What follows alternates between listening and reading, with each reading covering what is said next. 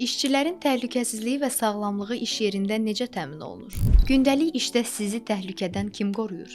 Sizcə bu məsuliyyəti kim daşıyır? Rəhbərlik yoxsa siz özünüz?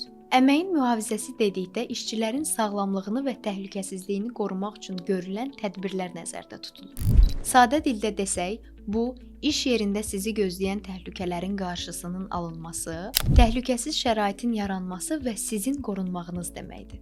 Burada əsas məsuliyyət işə götürənin üzərinə düşür. O, iş şəraitini təhlükəsiz etməli, sizə lazımi təlimləri keçməli və qoruyucu vasitələrlə təmin etməlidir.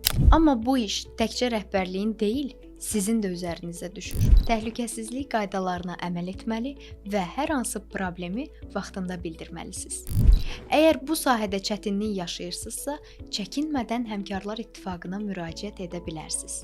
Biz sizin həmkar olaraq sizin təhlükəsiz və sağlam şəraitdə işləməyiniz üçün buradayıq.